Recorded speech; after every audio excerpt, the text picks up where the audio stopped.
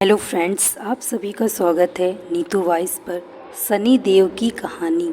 भगवान सूर्य ने देवी संध्या के साथ विवाह किया और 3 बच्चों का जन्म हुआ। वैश्व, मनु, यम मृत्यु के भगवान और यमुना। हालांकि संध्या सूर्य के लिए एक पवित्र पत्नी थी, लेकिन वह सूर्य की चमकदार प्रतिभा और गर्मी को सहन नहीं कर सकी। इसलिए वह सूर्य की प्रतिभा का सामना करने के लिए आवश्यक शक्ति हासिल करने के लिए तपस्या करने की इच्छा भी रखती थी, या अपनी तपस्या के परिणाम स्वरूप हासिल की गई अपनी प्रतिभा को भी आगे बढ़ाना चाहती थी। संध्या ने एक औरत को बनाया और उसका नाम छाया रखा और कहा कि वह सूर्य की पत्नी के रूप में अपनी भूमिका का प्रतिनिधित्व करे और 3 बच्चों की देखभाल भी करे।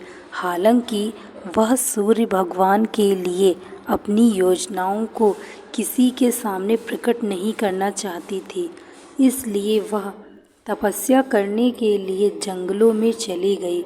चूँकि छाया बहुत साधारण रूप से मिलती जुलती थी, सूर्य भगवान उस पर संदेह नहीं कर सके। छाया के माध्यम से सूर्य भगवान के 3 और शिष्य हुए थे, जो थे मनु, शनि और ताप्ती। इसलिए शनि को सूर्य के पुत्र और यम का भाई कहा जाता है। जब शनि छाया के गर्भ में थे, उसने भगवान शिव को प्रसन्न करने के लिए चमकदार सूर्य के नीचे एक गंभीर तपस्या की, जो कि वह पूरी तरह भगवान शिव की प्रार्थना और पूजा में डूब गई थी। दिव्य शक्ति गर्भ के भीतर बच्चे का पोषण करती थी, इसलिए शनि देव भगवान शिव को बहुत समर्पित थे।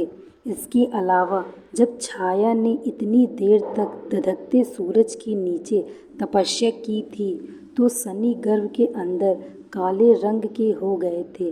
जैसे ही शनि देव जन्म हुआ, सूर्य भगवान ने उनके रंग को देखकर तुच्छ जाना और इस बात पर संदेह किया कि क्या शनि का जन्म उनके पास हुआ था। नाराज हुए शनि देव ने जब अपने पिता पर नाराज नज़र डाली, तो शनि देव की शक्ति के कारण सूर्य भी काले रंग में झुलस गए थे। बाद में सूर्य ने अपनी गलती के लिए पश्चाताप किया और भगवान शिव की पूजा की, जिन्होंने उन्हें बताया कि क्यों शनि इतने काले थे। इस बात के पीछे सच्चाई को जानने के बाद सूर्य भगवान अपने पुत्र शनि देव के साथ खुश थे और वे एक दूसरे को बेहतर समझने लगे। शनि देव भगवान शिव के एक प्रेरक शिष्य बन गए और सभी ज्ञान उनसे सीख गए। शिव शनि देव की भक्ति और ईमानदारी से बहुत प्रसन्न थे, इसलिए उन्होंने उन्हें पृथ्वी पर पैदा हुए जीवन पर उन्हें महत्वपूर्ण ग्रह का स्थान दिया। उन्हें लोगों द्वारा किए गए कर्मों के प्रभावों को वितरित करने की जिम्मेदारी दी गई थी। शनि देव बेहद उदार भगवान हैं।